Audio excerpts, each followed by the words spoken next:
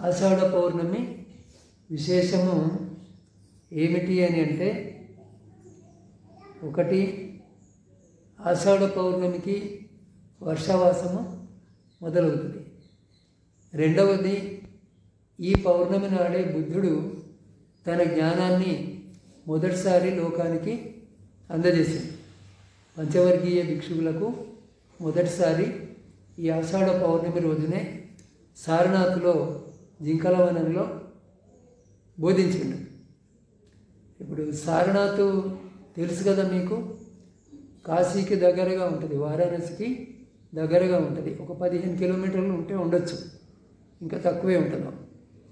సాధారణంగా కాశీయాత్రకు వెళ్ళిన వాళ్ళు వారణాసి కూడా చూస్తూ ఇది సారనాథ్ కూడా వెళ్తూ ఉంటారు చాలామంది. ప్రత్యేకించి సారనాథ్ బుద్ధగయం వెళ్ళే వాళ్ళు కూడా ఉంటారు కదా. దేన్ని చూడాలనుకున్న వాళ్ళు దానికోసమే ప్రత్యేకంగా వెళ్ళే వాళ్ళు ఉంటారు. సరే, ఈ విధంగా బుద్ధ భగవానుడు మొదటిసారి తన బోధను లోకానికి అందించిన దినము అనేది ఒక విశేషం. ఒక విశేషం ఏమిటి? ఇంకోటి, ఈరోజే వర్షావాసము మొదలవుతుంది. వర్షావాసం అంటే ఏమిటి అనే దాని గురించి 2 మాటలు చెప్పుకున్న తర్వాత మనము ధర్మచక్ర ప్రవర్తనం గురించి కొంత చెప్పుకుందాం. బుద్ధుడు జ్ఞానోదయాన్ని పొందిన తర్వాత ఇక మెల్లమెల్లగా సంఘము పెరిగింది. చాలామంది భిక్షు దీక్ష తీసుకున్నారు. భిక్షు దీక్ష తీసుకోవటం అంటే సాధారణంగా అందరికీ అర్థమయ్యే భాషలో చెప్పాలని అంటే, ఇప్పుడు సన్యాసం తీసుకున్నాడు అంటారు కదా.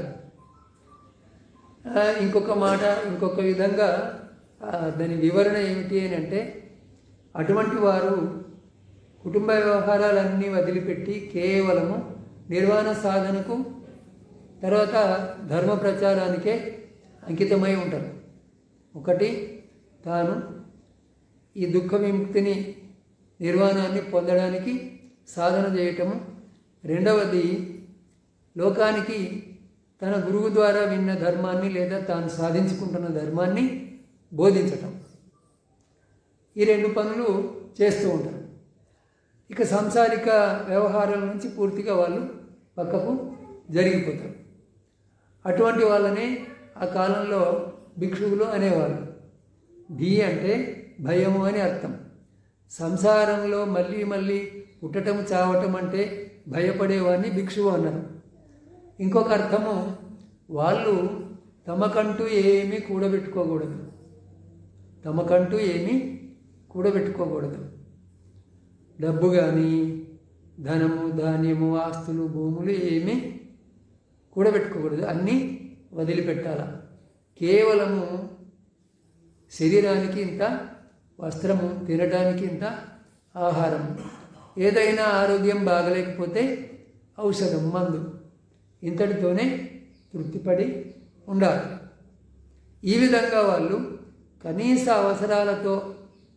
అవసరాల్ని మాత్రమే తీర్చుకుంటూ సంవత్సరంలో 9 నెలలు దేశ పర్యటన చేస్తూ ఈ ధర్మాన్ని ప్రచారం చేయాలి. బుద్ధుని బోధను ప్రచారం చేయాలి. బుద్ధుని బోధ అంటే వేరే ఏమి కాదు. ఇప్పుడు చెప్పుకున్నాం కదా, అదే త్రిశరణ, పంచశీల, తర్వాత ధ్యాన సాధన. ఆ ధ్యాన సాధనలో కూడా ఈ దేవుడు ఆ దేవుడు అని ఏమీ ఉండదు. కేవలం నీ మనస్సును నిలపడానికి ధ్యానం చేయటం అంతే. నీ మనస్సును నిలిపి నిన్ను నీవు తెలుసుకోవాలంతే. అంటే నేను ఇదేది కాదు, నేను అనేదే ఒక తాత్కాలికమైనటువంటి స్థితి. అది అంటే తాత్కాలిక సత్యం అంటారు దాన్ని, వ్యవహారిక సత్యం. పరమార్థంలో నేను అనేది లేదు. ఎట్లా అంటే, ఇప్పుడు పొద్దు తూర్పున ఒడుస్తున్నది కదా, ఒడుస్తున్నదా లేదా రోజు? మరి ఎటు గొక్కుతున్నది? పడమర దిశన గొక్కుతున్నది. నిజమే కదా, ఇది నిజమే. కానీ సూర్యుడు ఉదయించడం లేదు, అస్తమించడం లేదు కదా. సూర్యుడు ఎటన్నా నడుస్తున్నాడా? సూర్యుడు ఉన్న చోటనే ఉన్నాడు. భూమి తిరగటం వల్ల మనకు సూర్యుడు ఉదయించినట్టు అస్తమించినట్టు కనిపిస్తూ ఉన్నది. కొంచెం చదువుకున్న వాళ్ళకు సులభంగా ఇవి అర్థమవుతాయి. భూమి తిరగటం వల్ల ఈ ఉదయము అస్తమయము జరిగినట్టు కనిపిస్తూ ఉన్నది. కానీ సూర్యుడు ఏమీ ఇక్కడ పొడవటం లేదు, అంతకుముందు లేక ఇక్కడ ఏం ప్రత్యక్షంగా అవటం లేదు, అక్కడ దాకా నడిచి అక్కడ ఏమీ అదృశ్యము కావటం లేదు. కానీ వ్యవహారంలో ఇట్లా కనిపిస్తున్నది కదా. వ్యవహారం కోసము మాట్లాడుకోవటం కోసము చెప్పుకోవడం కోసము ఇది సత్యం. పొద్దుగూకిందా, నడినెత్తి మీదకి వచ్చిందా, పొద్దు పొడిచిందా, నడినెత్తి మీదకి వచ్చిందా, పొద్దుగూకిందా అని. కానీ అసలు సత్యంలో పొద్దు పొడవటం లేదు, పొద్దుగూకటం లేదు. అదేవిధంగా ఈ నేను అనేది వ్యవహారం కోసం మాత్రం ఉన్నది. జ్ఞానంతో మనం విచారించినట్టయితే ఈ నేను అనేది ఏమీ లేదు. నేను అనేది ఒక మిథ్య. మనం చేసే సాధన అంతా కూడా ఈ నేనును తొలగించడానికే. ఈ నేనును పట్టుకొనే సంసారం అంతా ఉన్నది. నేను లేకపోతే ఏమీ లేదు. ఎట్లా అని అంటే, రాత్రి భోంచేసి నిద్రపోయిన తర్వాత నువ్వు ఉన్నావా? నువ్వు ఉన్నావా?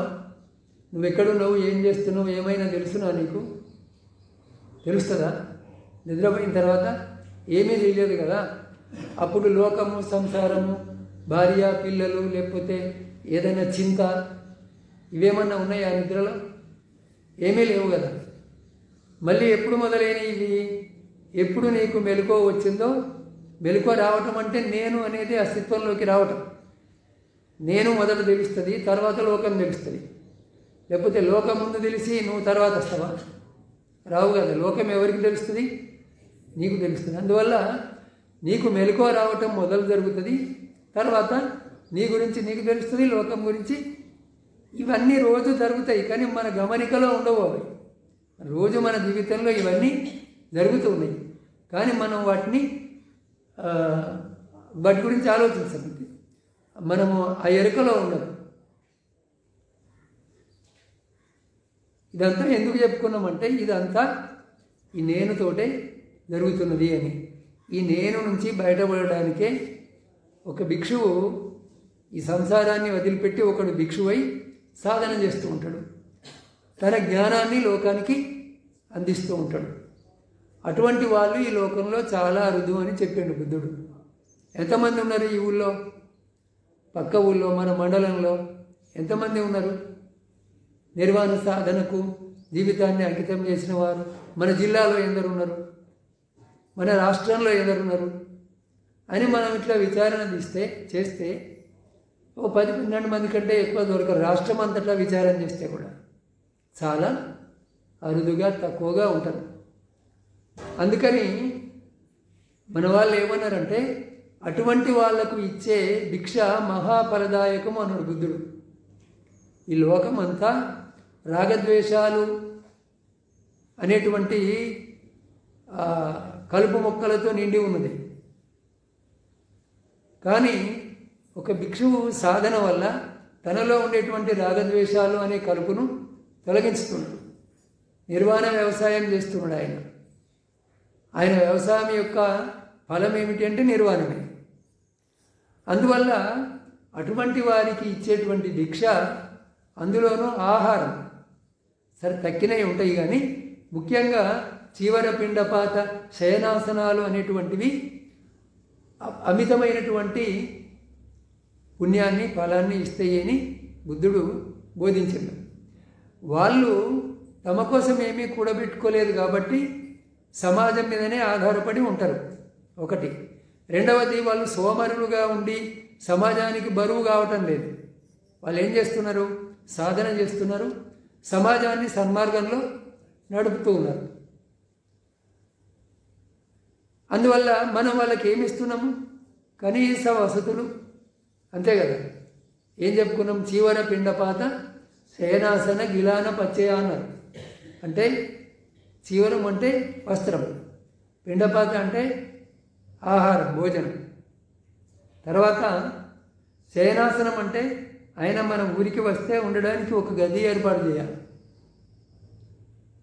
లేదా మన ఊళ్ళో వర్షావాసం చేసేది ఉంటే ఏదైనా ఒక నివాసం ఆ 3 నెలల కోసము ఏర్పాటు చేయాలి. తర్వాత ఏదైనా వ్యాధి వస్తే మందులు ఇప్పించాలా, ఆ పత్యాహారం ఇవ్వాలి. ఇంత మాత్రమే మనం చేసేది. వీటిని మాత్రమే తీసుకుంటూ ఆయన సంవత్సరంలో 9 నెలలు పర్యటన చేస్తాడు. ఒక ఊరిలో 3 రోజులే ఉండొచ్చు, ఎక్కువ రోజులు కూడా ఉండొచ్చు. కానీ అదే ఊరిలో స్థిరంగా ఉండటం అనేది లేకుండా ఆయన నిరంతరము ఈ 9 నెలలు పర్యటన చేస్తూ ఉంటాడు. ఎప్పుడైనా ఎవరైనా భిక్షువు మన ఇంటి ముందుకు భిక్ష కోసం వస్తే ఇది నా పుణ్యఫలము వచ్చింది అనుకోవాలి, పుణ్యక్షేత్రము నా ఎదుటికి వచ్చింది అని తెలుసుకోవాలి. దాన్ని పుణ్యక్షేత్రం అంటే ఏమిటి?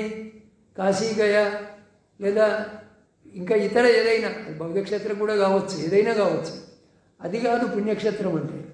పుణ్యక్షేత్రం అంటే ఇది ఏ శీలపాలన చేసే శీలవంతుడు సాధనాపరుడైనటువంటి భిక్షువుకు భిక్ష ఇచ్చినప్పుడే మనకు పుణ్యము దొరుకుతుంది. అటువంటి భిక్షువే పుణ్యక్షేత్రం అని. పుణ్యక్షేత్రం అంటే ఏ చోట దానం చేస్తే మనకు పుణ్యం కలుగుతుందో అది పుణ్యక్షేత్రం. ఒక భిక్షువు చెప్పిన కదా ఇప్పుడు, శీలవంతుడు సాధనాపరుడైనటువంటి ఒక భిక్షువు మన ఇంటి ముందుకు రావటం అనేటువంటిది ఒక గొప్ప అదృష్టం. అది మీరు ఇక్కడ బర్మాలో నేను 4-5 సంవత్సరాల కింద బర్మా యాత్రకు పోయినాం. ఇదే బౌద్ధ క్షేత్రాల యాత్రకు. పగలు 11:30 అవుతున్నది. అది మన వాళ్ళకు తిరుపతిలాగా ఒక కొండ మీద క్షేత్రం ఉంటుంది ఆ బుద్ధుడి. అయితే భోజన సమయము భిక్షువులు ఎప్పుడు భోంచేస్తారు? 11:30కు భోజనం చేస్తారు. వాళ్ళ నియమం ఏముంటుందంటే పొద్దున అల్పాహారం తీసుకోవాలి, 7-7:30 లోపల అల్పాహారం తీసుకోవాలి. తర్వాత 11:30, 12:20 మధ్యలో భోజనం చేయాలి. అది దాటితే భోజనము చేయకూడదు అనేటువంటిది బుద్ధుడి కాలంలోనే విధించిన ఒక నియమం. అది కొందరైతే ఇంకా ఖచ్చితంగా నియమాన్ని పాటించే వాళ్ళు 11:30 లేదా 12:20 లోపల వాళ్ళకి ఎక్కడ భిక్ష దొరకకపోతే ఇంకా రోజంతా ఉపవాసమే ఉంటారు. ఆ రోజంతా ఉపవాసమే ఉంటారు. అటువంటి వాళ్ళు కూడా ఉన్నారు. అయితే ఆ తర్వాత ద్రవ పదార్థాలు తీసుకోవచ్చు. ఆ సమయం గడిచిన తర్వాత పళ్ళ రసాలు ఇటువంటివి తీసుకోవచ్చు. కానీ టిఫిన్లు కానీ భోజనాలు కానీ చేయకూడదు. ఇటువంటి నియమం ఉంటుంది. అయితే కేమాచార బంతే అని ఇంకొక భిక్షువు ఆయనది త్రిపుర. అయితే వాళ్ళకు సికింద్రాబాద్లో కూడా ఒక విహారం ఉన్నది. నేను ఆ కొండ మీద గల్లీలు, తిరుపతిలో గల్లీలు ఉన్నట్టు అక్కడ కూడా గల్లీలు, హోటళ్ళు అన్నీ ఉన్నాయి. మేమిద్దరం వెళ్తూ ఉన్నాము. భోజనం టైం అయింది, 11:30 దాటుతూ ఉన్నది. ఇటువైపు ఒక హోటల్, ఇటువైపు ఒక హోటల్. ఆ 2 హోటల్ నుంచి 2 అమ్మాయిలు బయటకు వచ్చారు. వచ్చి మా హోటల్కు రమ్మని ఒకళ్ళు బలవంతం చేయటం, మా హోటల్కు రమ్మని ఒకళ్ళు బలవంతం చేయటం. నేనేమనుకున్నా అంటే మన దగ్గర ప్రైవేట్ బస్సులు ఉంటాయి కదా, నా బస్సులో ఎక్కువ అని పిలుస్తూ ఉంటారు కదా గిరాకీ కోసం. వీళ్ళు అట్లా హోటల్ గిరాకీ కోసము పిలుస్తున్నారేమో అనుకున్నా. అది అట్లా కాదు. భిక్ష టైం అయింది, వీళ్ళు బత్తేలు మన హోటల్ దగ్గరికి వచ్చిండ్రు. మా హోటల్లో భోజనం చేస్తే మాకు పుణ్యం, మా హోటల్లో చేస్తే మాకు పుణ్యం అనే భావన వల్ల వాళ్ళిద్దరు పోటీ పడి పిలుస్తున్నారు మమ్మల్ని. మా హోటల్కి రమ్మంటే మా హోటల్కి రమ్మని. చివరికి బంతే ఆ ఎడం వైపు ఉన్న హోటల్కి తీసుకుపోయిండు. ఇంకా అక్కడికి వెళ్ళి భోజనం చేసినాం. అంటే మన దేశం కూడా ఒకప్పుడు ఇట్లా ఉండేది. మన సంస్కృతి అంతా పోయింది, నాశనం అయిపోయింది. గురువు లేదు, ధర్మం లేదు, శీలాచరణం లేదు. రెండే, తాగాల, దావతులు చేసుకోవాలా, అన్యాయాలు చేయాలా, అక్రమాలు చేయాలా, సంపాదించాలా, ఇంతే. ఇంకా ఏమీ ఇట్లాగా అయిపోయింది. అంటే మంచి వాళ్ళు లేరని కాదు, ఉన్నారు. కానీ ఇదే ట్రెండ్ అయిపోయింది అనమాట ఇప్పుడు. తాగని వాడు ఉంటే వాడు మూర్ఖుడు అనమాట. ఊరిలో ఒకరిద్దరు తాగని వాళ్ళు ఉంటే వాడిని ఎవడు పట్టించుకోడు. ఇది ఇప్పటి ధోరణి ఇట్లా ఉన్నది. అయితే అదే బర్మా లోపల నేను స్వయంగా చూడలేదు, కానీ చూసిన వాళ్ళు చెప్పింది నాకు. మేము భిక్షకు వెళ్ళే పరిస్థితి రాలేదు. అదేమిటంటే వాళ్ళు, మీరు కావాలంటే యూట్యూబ్లో పిండపాత ఇన్ మయన్మార్ అని టైప్ చేసి చూడండి, యూట్యూబ్లో వీడియోలు వస్తాయి, చూడొచ్చు మీరు. ఈ భిక్షువులు ఉదయమే భిక్షకు వస్తారు అని అతనికి గుడిసెనే ఉంటుంది, ఏముండదు. బర్మాలో చాలా ఇల్లు చూసినా కదా, రేకులు ఇల్లు, ఎవరో కొన్ని మాత్రమే ఈ సిమెంట్ బిల్డింగ్. ఊళ్ళో చాలా మట్టుకు రేకులు ఇల్లు. వాళ్ళు మాకు అంబేద్కర్ ఒక విషయం చెప్పిండు, ఏమిటంటే ఈయన అక్కడికి వెళ్ళినప్పుడు పంచాయతీ వాళ్ళు ఇట్లా రోడ్డు వేయాలని మార్కింగ్ చేశారు అనమాట. వాళ్ళు ఎవరు ఏమీ అనటం లేదు. ఈయన ఆశ్చర్యపోయింది అది చూసి. అరే మా దేశంలో అయితే కొట్టుకుంటారు, నువ్వు ఇట్లే మార్కు అట్లే నా భూమి పోతుంది, నా ఇల్లు పోతుంది అని కొట్లాడతారు, కేసులు దాకా పోతాయి, కోర్టుకు కూడా పోతారు. ఇక్కడ ఎవరు ఏమనటం లేదు, ఇంత జాగానే కదా తీసుకోండి అంటున్నారు అని ఈయన ఆశ్చర్యపోయాడు. అంటే ఎందుకు అట్లా అని అంటే వాళ్లకు ఈ జ్ఞానం అనేది మనసులో బాగా నిండిపోయింది. 4 రోజుల నుండి పోవడానికి ఏదో ఇంత రేకుల గురించి వేసుకున్నాం అంతే కదా, ఈ పోతే ఇంకోటి వేసుకొని ఉండొచ్చు, ఏముండదు. నా స్థలం పోతే ఉండడానికి జాగానే దొరకదా. ఈ రకమైనటువంటి సద్భావం ఎప్పుడైతే ఉంటుందో అక్కడ కొట్లాటలు ఉండవు. ఇద్దరు కొట్లాడిన చోట కూడా తొందరగా వాళ్ళు రాజీకి వస్తారు. ఎప్పుడైతే నేను నాది అనేది గట్టిగా పట్టుకుంటుందో అప్పుడు చిన్న విషయం కూడా హత్యల వరకు పోతుంది, లేకపోతే సంవత్సరాల వరకు కోర్టులో కేసులు తిరుగుతూ ఉంటారు. ఇంతకు ఇది మనం ఎందుకు చెప్పుకున్నాము అని అంటే, ఇట్లాగా సమయం గడుస్తూ పోతూ ఉంటుంది. మనం ఏదో చెప్పాలనుకొని ధోరణిలో ఎటో వెళ్ళిపోతూ ఉంటుంది. అయితే ఇవన్నీ మనకు అవసరం. అయితే వాళ్ళు ఏం చేస్తారంటే పొద్దున్నే బంతేలు భిక్షకు వస్తారు అని ఆ చిన్న గుడిసెలో ఉన్న వ్యక్తి కూడా 1/2 కిలోనో 1 కిలోనో బియ్యం వండుకొని దానికి సరిపడా కూర వండుకొని టేబుల్ మీద పెట్టుకొని ఇంటి ముందర నిలబడతాడు. ఆ కిలో 1/2 కిలో అంటే వాళ్ళ శక్తిని బట్టి ఎంతో కొంత వండి అక్కడ పెట్టుకొని వీళ్ళు వచ్చే టైంకు ఒక భిక్షువు వచ్చిందంటే ఒక చెంచాతో అన్నం వేస్తాడు, కూర వేస్తాడు, ఆయన వెళ్ళిపోతాడు. ఆయనకి ఇంకొక ఆయన వస్తాడు, వాళ్ళు వరుసగా వస్తుంటారు కదా, అది అయిపోయేంత వరకు వేస్తాడు, ఇంట్లోకి వెళ్ళిపోతాడు. ఇది డైలీ వాళ్ళకు దినచర్య అనమాట, నిత్యము చేస్తూ ఉంటారు దాన్ని. మన దగ్గర భిక్షకు వెళ్తే అదేదో భిక్షం అడుకుంటున్నాడు, అదేమిటో దిక్కులేక ఆయన ఇంటి ముందుకు వచ్చినట్టు.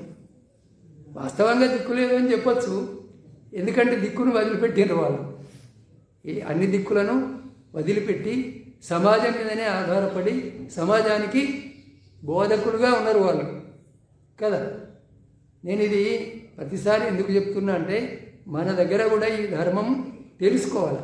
ఇప్పుడు నా దగ్గరికే ఇంకా 4 బంతేలు వస్తారు. ఈ భిక్షకు వెళ్ళటం ఆచారం కాబట్టి ఇవాళ భిక్షకు వెళ్దామంటారు ఊళ్ళోకి. వాళ్ళకి ఎక్కడ భిక్ష దొరకలేదనుకో, ఏమవురా ఇదే అంటారు వాళ్ళు. ఒక బంతేకు భిక్ష కూడా దొరకలేదు అంటే మెచ్చుకుంటారా ఎవడని అనుకో. మన వాళ్ళు అంటారు పిల్లికి బిచ్చం పెట్టను ఊరు అంటారు, అంతేకాదు. అందుకని ప్రతి బుద్ధుడు ఏం చెప్పినంటే మొట్టమొదట దానము అన్నాడు, శీలం మొదట చెప్పలే. మొట్టమొదటి ఏమన్నాడు? దానము అన్నాడు. దానగుణం ఉంటే, దానము అంటే త్యాగం. నువ్వు కష్టపడి సంపాదించిన దాన్ని ఎంతో కొంత వదులుకోవటం. తర్వాత శీలం చెప్పిండు, ధ్యాన శీల భావన అన్నాడు. మొదట దానము, తర్వాత శీలము, ఆ తర్వాత సాధన, ధ్యాన సాధన. అందువల్ల ఇలాంటి మంచి అలవాట్లను గృహస్థులైన వాళ్ళు చేసుకోవాలి. ఎవరైనా ఒక బంతే మన ఇంటి ముందుకు వచ్చిందంటే అది మన అదృష్టం అనేది గుర్తించాలి. సరే, ఎవరో ఒకరు సత్కారంతోనో లేకపోతే సత్కారం లేకుండానో భిక్ష ఇవ్వచ్చు, అది వేరే విషయం కదా. అందుకని మీరు ఇతర దాన ధర్మాలు ఎన్ని చేసినా కూడా ఒక భిక్షువుకు ఆహారం, ఇంతకుముందు చెప్పిన చీవర పిండపాత శయనాసన గిలాన పచ్చయాలు ఇవ్వటం వల్ల కలిగేటువంటి పుణ్యము చాలా గొప్పది అని. ఆ విధంగా వాళ్ళు ఈరోజు ఏం పౌర్ణమి అని చెప్పుకున్నాము? ఆషాఢ పౌర్ణమి. అయితే బుద్ధుడి కాలంలో భిక్షువులు ఈ సంఘం పెరిగిన తర్వాత, భిక్షు సంఘం పెరిగిన తర్వాత 3 కాలాల్లో తిరిగేవాళ్ళు.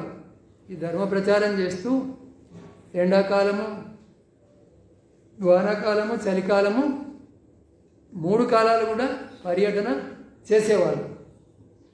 అయితే జనం ఏమన్నారు? అప్పటికే ఇతర సంప్రదాయాల వాళ్ళు వర్షావాసం చేసే ఆచారం ఉన్నది, జైనుల్లో ఉన్నట్టున్నది. జనం ఏమన్నారంటే, ఈ బుద్ధుడి శిష్యులకు వర్షాకాలంలో ఇట్లా పర్యటన చేయొద్దని తెలియదు, బాగా వానలు పడతాయి, చిన్న చిన్న క్రిమి కీటకాలు బాగా వృద్ధి అవుతాయి, గడ్డి పెరుగుతాయి, గడ్డి మీద అన్ని కీటకాలు ఉంటాయి కదా, పచ్చని గడ్డిని దొక్కుతూ చిన్న చిన్న కీటకాలను చంపుతూ వీళ్ళు భిక్ష కోసం దిగుతూ ఉన్నారు. ఈ పిట్టలు కూడా గూళ్ళు పెట్టుకొని వానాకాలం వర్షావాసంలో ఉంటున్నాయి, గూళ్ళల్లో ఉంటున్నాయి. ఈ ధర్మం సరిగ్గా తెలియని ఇతర సంప్రదాయాల వాళ్ళు కూడా వానాకాలంలో ఒకచోట ఉండి చక్కగా సాధన చేసుకుంటూ ఉన్నారు. వీళ్ళు ధర్మం చక్కగా తెలిసిన వాళ్ళు వానాకాలంలో తిరుగుతున్నారు అని అనుకుంటూ ఉంటారు. కొందరు ఆ మాటలు విని బుద్ధుడికి చెప్తారు. చెప్తే అప్పుడు బుద్ధుడు అంటాడు, ఇప్పటి నుంచి మీరు కూడా వానాకాలం 3 నెలలు ఒకే చోట ఉండాలి. సరే, మరి వానాకాలం అంటే ఎప్పుడు వస్తుంది అని మళ్ళీ అంటే ఎప్పటి నుంచి మొదలవది అని బుద్ధుడిని అడుగుతారు. అంటే ఆషాఢ పౌర్ణమి నుంచి వానాకాలం మొదలవుతుంది. ఆషాఢ పౌర్ణమి వరకు వీళ్ళు తిరగొచ్చు, ఆషాఢ పౌర్ణమి నుంచి ఒకే చోట ఉండాలి. ఇప్పుడు నేను పర్యటన చేస్తూ ఏ నల్గొండ జిల్లాకో చేరుకున్నా అనుకో, అక్కడికి చేరినప్పుడు ఆషాఢ పౌర్ణమి వస్తే నేను అక్కడే ఆ 3 నెలలు ఉండాలి. ఆ 3 నెలలు గడిచిన తర్వాత మళ్ళీ అక్కడి నుంచి పర్యటనకు వెళ్ళిపోవాలి. ఈ విధంగా ఆషాఢ పౌర్ణమి రోజున భిక్షువులంతా వర్షావాసాన్ని ప్రారంభం చేస్తారు. వాళ్ళు ఎక్కువ మంది ఉన్న చోట ఎక్కువ మంది ఉంటారు, ఒకరిద్దరు ఉన్న చోట ఒకరిద్దరు ఉంటారు, కానీ పర్యటన మాత్రం చేయరు. అంటే ఎట్లా? ఒక గృహస్థుడు అంటాడు, భర్తే నేను కొత్తిల్లు కట్టుకున్నా, గృహప్రవేశం ఉన్నది, మీరు రావాలంటాడు. మరి ఎట్లా? పోవాలా వద్దా? అంటే బుద్ధుడు ఏమన్నాడు? పోవాలి కానీ పని కాగానే తిరిగి రావాలి. అంటే పని అయిన తర్వాత అక్కడ ఉండకూడదు. అదేవిధంగా ఈ విషయం కూడా చెప్పిండు, నా కుమార్తె పెళ్లి ఉన్నది అంటాడు. ఒకళ్ళు వచ్చి నా కొడుకు పెళ్లి ఉన్నది అంటాడు. పోవాలి, పని కాగానే రావాలి. ఇంకొకళ్ళు అంటారు, మా ఇంటిలో ఇవాళ ధమ్మపదం పారాయణం చేయాలని ఉన్నది నాకు, మీరు రావాలా, మాకు మార్గదర్శనం చేయాలా అంటారు. అంటే పోవాలి, పని అయినా వెంటనే రావాలి. ఇంకా కొందరు అంటారు, ఫలానా ఆరామంలో భిక్షువు ఆరోగ్యంగా లేడు, జ్వరం వచ్చింది, బాధపడుతున్నాడు, సేవ చేసే వాళ్ళు లేరు అంటే పోవాలి, ఆయన సేవ చేసి ఆరోగ్యం కొంచెం కుదిరపడంగానే రావాలి. ఈ విధంగా దానికి ఏం కన్సెషన్స్ ఉన్నాయి. మొత్తం మీద దీని లక్ష్యం ఏంటిదంటే, ఒకే చోట ఉండి తాను చక్కగా ధ్యాన సాధన చేసుకోవాలా, తన దగ్గరికి వచ్చేటువంటి వాళ్లకు ధర్మోపదేశం చేయాలా, వాళ్ళతోటి కూడా సాధన చేయించాలి. అందువల్ల పూర్వకాలము వాళ్ళు కూడా, ఈ గృహస్థులు కూడా వర్షావాస దీక్ష తీసుకునేవాళ్ళు. బంతేలు ఎట్లనో వాళ్ళు కూడా అట్లే తీసుకొని పనులు అవి చేసుకుంటారు, కానీ మధ్యాహ్నం తర్వాత భోజనం చేయరు, నేల మీదనే పడుకుంటారు. అంటే చాప మీద పడుకుంటారు. ఏదో పెద్ద ఇది పలంగులు, పరుపులు, దిండ్లు అది కాకుండా నేల మీద చాపేసుకొని పడుకుంటారు. అంటే ఇది ఒక దీక్ష. ఈ 3 నెలలు శ్రద్ధ ఉన్న గృహస్థులు కూడా ఆ 3 నెలలు బ్రహ్మచర్యాన్ని పాటిస్తూ ఈ దీక్షను అనుసరించేవాళ్ళు. ఈ భిక్షులకు మాత్రం ఇది తప్పనిసరి నియమం. ఒకే చోట ఉండాలా, తాము సాధన చేసుకుంటూ వచ్చిన వాళ్ళకు బోధించాలి. ఈ 3 నెలలు గడిచిన తర్వాత అశ్వయుజ పౌర్ణమి వస్తుంది 3 నెలలకు. ఇప్పుడు ఇది ఆషాఢం కదా, తర్వాత వచ్చే పౌర్ణమి ఏమిటి? శ్రావణం తర్వాత భాద్రపదం. భాద్రపదానికి 2 నెలలు, అశ్వయుజానికి 3 నెలలు. 3 నెలలకు వర్షావాస దీక్ష అయిపోతుంది. మళ్ళీ వాళ్ళు ఏం చేస్తారు, భిక్షువులు పర్యటనకు వెళ్ళిపోతారు. వాళ్ళు వెళ్ళిపోతారు అని తెలిసినటువంటి గృహస్థులు ఏం చేస్తారంటే వాళ్లకు చీవరదానం చేస్తారు, అంటే వస్త్రదానం చేస్తారు. ఎందుకంటే వీళ్ళు మళ్ళీ సంవత్సరంగా 9 నెలలు తిరిగి మన ఊరికి ఒకవేళ వస్తే మళ్ళీ సంవత్సరం ఉంది కదా. అది ఒక ఆచారంగా సంప్రదాయంగా నిలిచిపోయింది. కార్తీక పౌర్ణమి వరకు, అశ్వయుజ పౌర్ణమి నుంచి కార్తీక పౌర్ణమి వరకు చీవరదాన కార్యక్రమం వీటిని బట్టి ఎప్పుడో ఒకప్పుడు ఏర్పాటు చేసుకుంటాం. చీవరదానం అయిన తర్వాత ఇట్లా గుంపులుగా జనమంతా రావటము, పెద్ద వంటలు చేయటము, భోజనాలు చేయటము, ధర్మోపన్యాసాలు జరగటము, పెద్ద కార్యక్రమాలు జరిగేవి ఆ కాలంలో. ఆ తర్వాత వీళ్ళు చీవరదానం అయిన తర్వాత ప్రచారానికి వెళ్ళిపోయేవారు. ఇది ఒకప్పుడు మన దేశంలో ఉండేది. క్రమంగా సరే ఏది ఎప్పుడు ఒకే రకంగా ఉండదు కదా, మార్పులు జరిగి చివరికి ఈ స్థితికి వచ్చిందనమాట. దాన్ని మనం కొంచెమైనా మంచి మార్గంలోకి మనము వచ్చి ఇతరులను కూడా మంచి మార్గంలోకి రావడానికి ప్రేరేపించాలి వాళ్ళని. అది తర్వాత అంటే వర్షావాసం అంటే ఏమిటో ఇప్పుడు మనము చెప్పుకున్నాం. ఏమిటి వర్షావాసం అంటే 3 నెలలు ఒకే చోట ఉంటూ ధ్యాన సాధన చేసుకోవటం. అది బుద్ధుడు వైశాఖ పౌర్ణమి నాడు ఈ సంబోధి జ్ఞానాన్ని పొందింది. ఏ పౌర్ణమి? వైశాఖ పౌర్ణమి. ఆ తర్వాత 2 నెలలకు నడుమ జ్యేష్ఠ పౌర్ణమి ఉన్నది కదా, జ్యేష్టం తర్వాత ఆషాఢం. ఈ 2 నెలల కంటే కొంచెం ముందే అనుకో, ఒక వారం 10 రోజుల ముందు అనుకుందాం. ఆయన ఈ బుద్ధగయ నుంచి నడిచి వారాణసి దగ్గర ఉన్నటువంటి ఆ సారనాథ్లో ఉన్నటువంటి జింకల వనానికి చేరుకున్నాడు.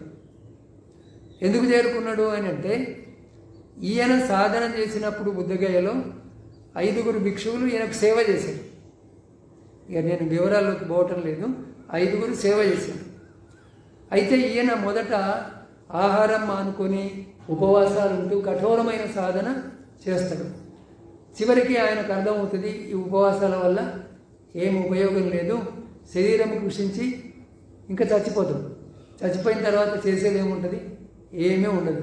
అందుకని ఆహారం తీసుకుంటూ ధ్యానం చేయాలి. ధ్యానం చేయాలన్నా శక్తి కావాలి కదా, 2 గంటలు కూర్చోవాలంటే కూడా శక్తి కావాలి. అందుకని ఈయన ఊళ్ళోకి వెళ్ళి భిక్ష తెచ్చుకుంటాడు.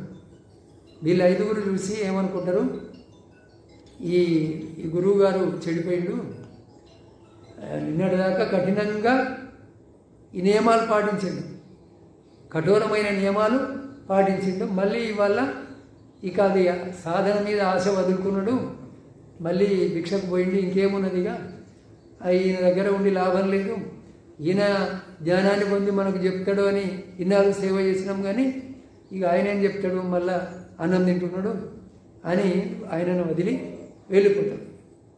వాళ్ళు వెళ్ళిపోయిన తర్వాత ఈయన కొంచెం ఆహారం తీసుకుంటూ శరీరంలో బలం వచ్చిన తర్వాత చక్కగా ధ్యానం చేసుకొని ఆ వైశాఖ పౌర్ణమి నాడు జ్ఞానోదయాన్ని పొందుతాడు. పొందిన తర్వాత ఈ జ్ఞానాన్ని మొదట నేను ఎవరికి చెప్పాలా అని ఆలోచన చేస్తాడు. చేస్తే మొదటి గురువు ఉంటాడు ఈయనకు, ఆలార కాలముడు అని, ఆయనకు చెప్పాలనుకుంటాడు. కానీ ఆయన చచ్చిపోయి వారం రోజులైంది అని తెలుస్తుంది. తర్వాత రెండవ గురువు ఉద్దకరామపుత్రుడికి చెప్పాలనుకుంటాడు. ఆయన గతరాత్రే చనిపోయినట్టుగా జ్ఞాన దృష్టికి తెలుస్తుంది. మరి ఇప్పుడు ఎవరికి చెప్పాలా అంటే జ్ఞానాన్ని వినడానికి కూడా అర్హత ఉండాలి కదా. వాళ్ళైతే చక్కని అర్హత కలిగిన వాళ్ళు, యోగ్యులు అనుకుంటే వాళ్ళిద్దరూ పోయింది. మరి ఇప్పుడు ఎవరికి చెప్పాలంటే సాధనా కాలంలో నాకు సేవ చేసిన ఈ 5 ఉన్నారు, వారికి చెప్తాను. మరి వాళ్ళు ఇప్పుడు ఎక్కడున్నారు అని చూస్తే ఈ వారాణసి దగ్గర సారనాథ్లో జింకల వనంలో ఉన్నట్టుగా తెలుస్తుంది. అప్పుడు ఆయన క్రమచారికతోటి, అంటే ఇవాళ పక్క ఊరికి అక్కడ భిక్ష చేసుకొని ఆ రోజు అక్కడ ఉండి తెల్లవారి ఇంకొక ఊరికి, లేదా ఒక 5-6 మైళ్ళు నడిచి అక్కడ విడిచి చేసి మళ్ళీ తెల్లవారి ఇట్లా క్రమచారికతోటి ఈ జింకలవనాన్ని సారనాథను చేరుకుంటాడు. చేరుకున్న తర్వాత ఈ 5 భిక్షువులు అక్కడ ఉంటారు. వాళ్ళు దూరం నుంచి వచ్చే బుద్ధుని చూస్తారు. చూసి ఏమనుకుంటారు, అదిగో సాధన భ్రష్టుడు సిద్ధార్థుడు వస్తూ ఉన్నాడు, మనం ఎవ్వరము అసలు గౌరవించవద్దు, ఎదురుపోవద్దు, ఆయనకు ఆసనం చూపించద్దు అని అనుకుంటారు. కానీ ఆయన దగ్గరగా వచ్చిన కొద్దీ వీళ్ళ పట్టు సడిలిపోతుంది. ఒకళ్ళు ఎదురు పోయి ఆయన పాత్ర చివరాలు తీసుకుంటారు, కాలు కడుక్కోవడానికి నీళ్లు పెడతారు. సరే ఆయన కాలు కడుక్కొని కూర్చున్న తర్వాత అప్పుడు బుద్ధుడిని వీళ్ళు ఏమంటారు, పేరుతో కానీ ఇట్లా పిలుస్తూ ఉంటారు, ఆయుష్మాన్ అని పిలుస్తూ ఉంటారు. పిలిస్తే అప్పుడు అంటే అది సమానస్తులను పిలిచే పద్ధతి అన్నమాట. ఆయుష్మాన్ అని పేరుతో కానీ పిలవటం. మీరు అట్లా నన్ను పిలవద్దు అని అంటాడు. ఎందుకు అని వాళ్ళు అంటారు. అంటే నేను ఇప్పుడు సంబోధి జ్ఞానాన్ని పొందిన, ఈ జనన మరణ చక్రాన్ని అంతం చేసిన నేను అర్హంతుణ్ణి అంటే వాళ్ళంటారు, 5 ఏళ్ళు 6 ఏళ్ళు కఠోర తపస్సు చేసి అప్పుడే ఆ జ్ఞానం పొందలేకపోయినావు, ఆ తర్వాత తిండిపోతూ పోయి భిక్ష తెచ్చుకొని తిన్నావు, మళ్ళా అప్పుడు ఎట్లా నువ్వు జ్ఞానం పొందినావు అని అంటారు. అంటే అట్లా కాదు, మీరు అట్లా అనకూడదు అని వాళ్ళు 3 సార్లు అంటే 3 సార్లు ఈయన వద్దంటాడు. చివరికి బుద్ధుడు ఏమంటాడంటే, నేను చెప్పేది శ్రద్ధగా వినండి, శ్రద్ధగా విన్నట్టయితే నేను ఏ అమృత జ్ఞానాన్ని పొందినో దాన్ని మీరు కూడా పొందగలుగుతారు. లోకంలో 2 విధాల అతివర్తనాలు ఉన్నాయి. అతి అన్నమాట, అంటే అతి బట్టి అతి అంటారు. అంటే ఒక అతి ఏమిటి, మనం ముందు చెప్పుకున్నది తిను తాగు, ఇంతకంటే మించి ఏం లేదు. జీవితం వచ్చిందే ఎంజాయ్ చేయడానికి, తినాల తాగాల, మస్తు ఇంద్రియ సుఖాలు అనుభవించాలా, చచ్చిపోవాలనేది ఒకవైపు అతి అన్నమాట. రెండవ వైపు ఏంటిది, బుద్ధుడు మొట్టమొదట ఉన్నట్టుగా కఠోరమైన నియమాలు పాటించి శరీరాన్ని శుష్కింపజేసి ఉపవాస వ్రతాలు చేయటం, ఇది రెండవ వైపు అతి. బుద్ధుడు ఏమంటాడు, ఈ 2 రకాల అతిని వదిలి నేను మధ్య మార్గాన్ని కనుగొన్నాడు. బుద్ధుడి మార్గమును ఏమన్నారు, మధ్య మార్గం అన్నారు. ఈ 2 రకాల అతి అన్నింటిలో అటు తిండిపోతూ కాకు, ఇటు ఉపవాసాలు ఉండకు, మితంగా ఆహారం తీసుకుంటూ ధ్యానం చేయి. ఇది బుద్ధుడు చెప్పిన విధానం. ఉపవాసం ఉంటే వాడు ధ్యానానికి కూర్చుంటాడు, మనసు ఆహారం మీదనే ధ్యానం చేస్తూ ఉంటుంది, లోపల ఆకలి అవుతూ ఉంటుంది కదా, మరి ఏం చేస్తావు, మనసు ఆటోమేటిక్గా ఆహారం మీదకి పోతూ ఉంటుంది. కానీ నువ్వు కొంత ఆహారం తీసుకొని కూర్చుంటే ఆ పరిస్థితి ఉండదు కదా. ఈ విధంగా బుద్ధుడు ఏమన్నాడంటే, ఈ 2 రకాల అతి ఇవి. మొదటి రకముది సుఖభోగాలే సర్వస్వం అనుకునే మిథ్యాదృష్టి. రెండవది తనను తాను హింసించుకునే మిథ్యాదృష్టి, ఉపవాసాలు ఉంటుంది. ఈ 2 వదిలిపెట్టి నేను మధ్య మార్గాన్ని కనిపెట్టిన. ఆ మధ్య మార్గం ఏది అంటే అష్టాంగ మార్గము అని చెప్తాడు. నేను సంక్షిప్తంగా చెప్తా. ఆయన 4 సత్యాల గురించి చెప్పాడు. ఈ 4 ఏ కాలంలో అయినా అవి సత్యాలు. ఈ లోకంలో దుఃఖం ఉన్నది అనేది ఒక సత్యం. ఈ లోకంలో దుఃఖం ఉన్నది, వేరే ఏ దుఃఖం లేకున్నా రోగ దుఃఖం ఉన్నది, ముసలయ్యే దుఃఖం ఉన్నది, వృద్ధాప్య దుఃఖం ఉన్నది, చచ్చిపోయే దుఃఖం ఉన్నది. అదైతే తప్పదు, ఇవైతే ఎవరికి తప్పయి కదా. ఇవి కాకుండా నిత్య జీవితంలో కలిగే అనేక దుఃఖాలు ఉంటాయి. ఒకడు ఎవరో అమ్మాయిని ఇష్టపడ్డా అంటాడు, ఆమె వీడిని ఇష్టపడదు, వీడు రైలు కింద పడతాడు. లేకపోతే ఇద్దరు ఇష్టపడతారు, తల్లిదండ్రులు ఇష్టపడరు, అట్లా రైలు కింద పడతాడు. లేకపోతే ఒకడు ఉరిపెట్టుకుంటాడు.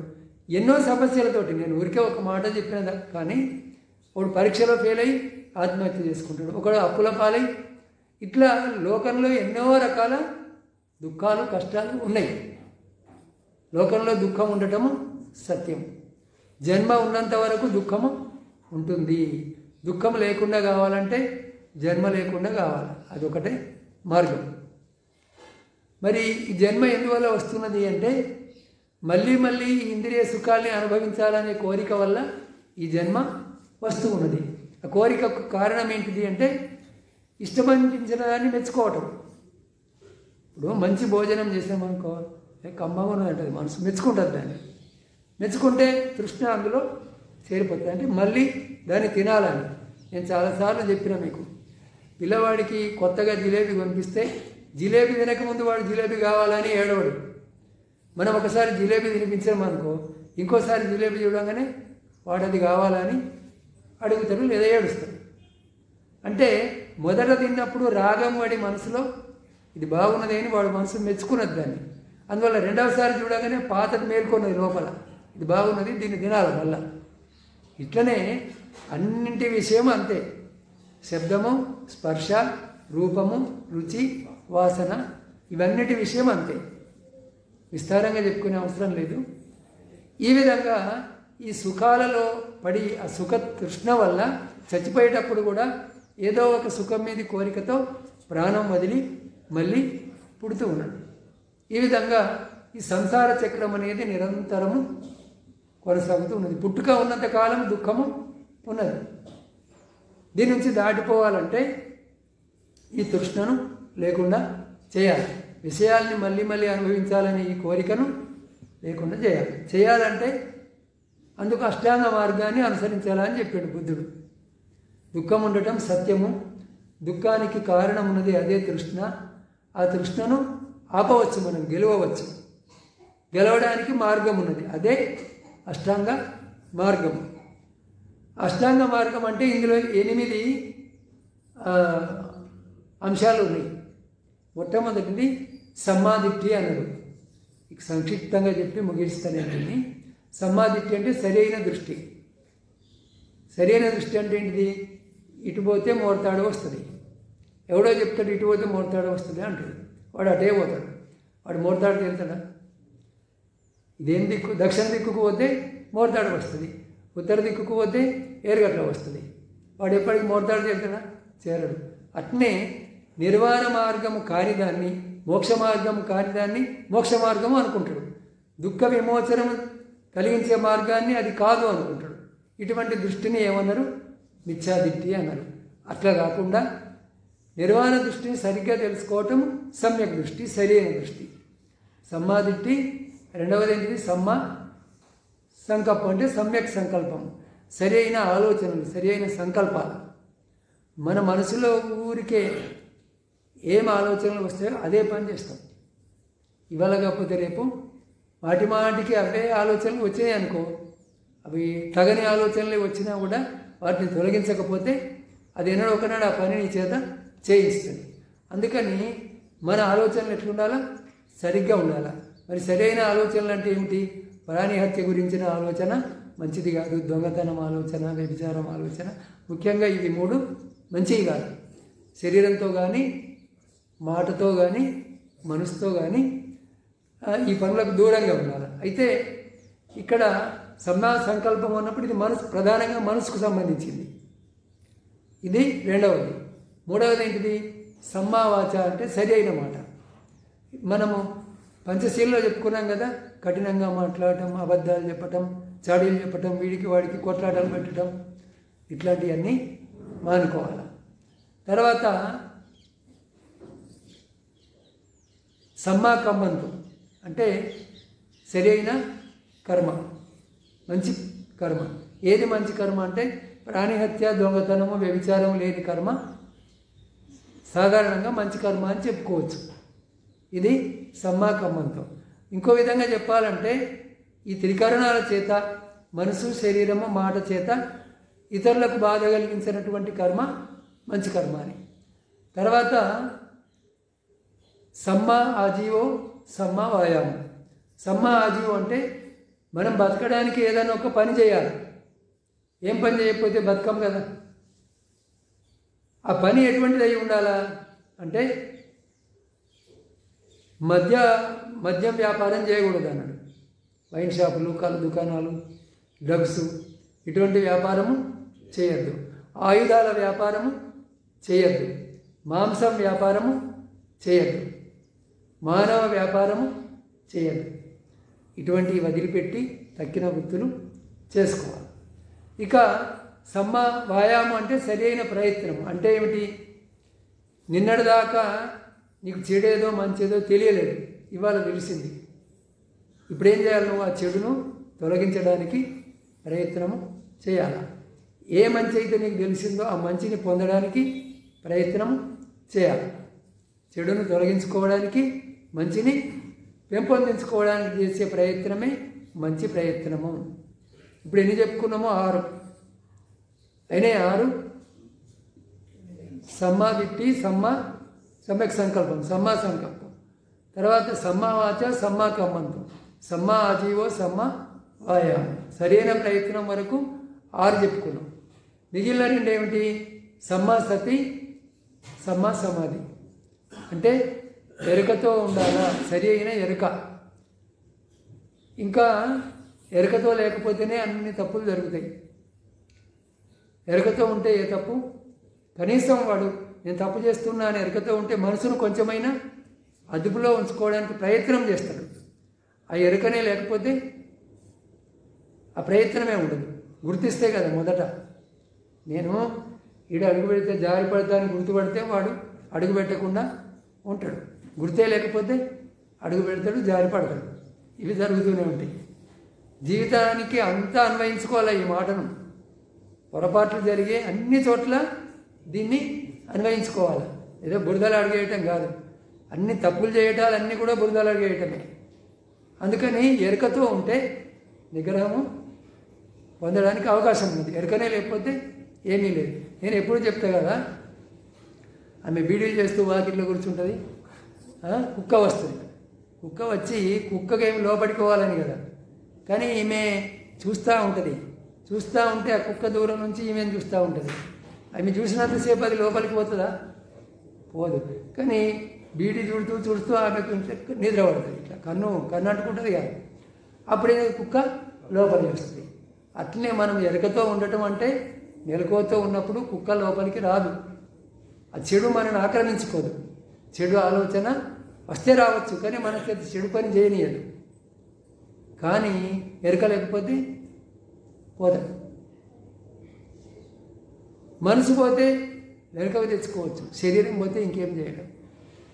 ఓ మహాత్ముడు అన్నాడు, మనగైతో జానేదే మత జానేదే శరీరం అన్నాడు.